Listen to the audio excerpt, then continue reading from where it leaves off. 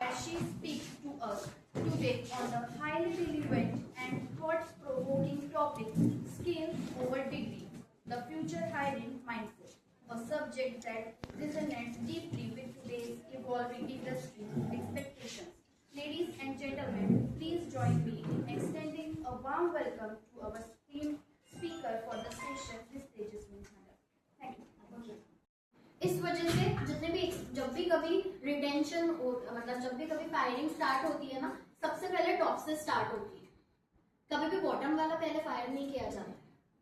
क्यों? Package, experience, they are less adaptable and they are less flexible. ठीक है, mostly 40 या 50 प्लस इयर्स के बाद तुम्हें आईटी में कोई नहीं दिखेगा. मतलब I have seen only in TCS, persistent, coefficient Nagpur में. इसके अलावा बहुत कम कंपनी. कभी देखा है जिसके वाइट बाल है एंड वो आईटी का डेवलपर है? वो डेवलपर होता ही नहीं है. जिसके वाइट बाल होंगे ना, वो डेवलपमेंट में होगा ही नहीं. एक तो वो मैनेजमेंट में बैठा होगा या उसको आईटी किक्ड आउट कर चुकी होगी. That is the real fact. अगर आपको नहीं लग रहा होगा तो आप एक बार निहान या रिस्पेक्टिव इंडस्ट्रीज में जाके आइए. Why is it so? The main pain point which we are facing is less adaptable, flexible नहीं होते हैं. And in this world technology बहुत डे टू डे बेसिस पे चेंज हो.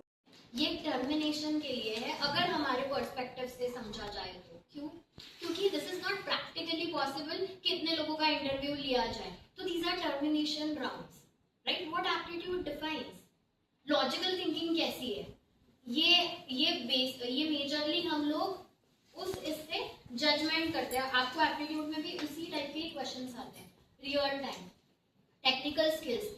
जो बंदा टॉपर है, क्या वो परफॉर्म कर सकता है? Can he give us the output which deserves? नहीं. तो बहुत बार आपने देखा होगा कि जो बैक बेंचर होता है ना, जिसका परसेंटाइल भी कम होगा, वो भी एलएनटी या रिस्पेक्टिव आईटी कंपनी में प्लेस्ड होता है, बट यूनिवर्सिटी टॉपर रह जाता है. Why is it so? I'm not against कि जो top you go and visit each and every stall. उन्हें एक्सपोजर आएगा उतना, which is the need of the market. And trust me, IT में अगर एंट्री करनी है तो we all want very polish candidates. We don't want to train them कि communication ऐसा होना चाहिए, तुम्हारा रिस्पेक्टिव प्रेजेंटिंग सेंस ऐसा होना चाहिए. We don't have time. Not only we, no one from our team will have time for such respective things. तो अगर तुम आईटी के सिर्फ आईटी के कोई भी बंदा या बंदी देखना, you will find them polished only. Why? Because their atmosphere, their client, right, their day-to-day basis dealing, make sure they should be polished to survive and to be on top in IT, right? हर जैसे for example manufacturing unit का एक अपना एक process होगा. IT का process काफी different होता है.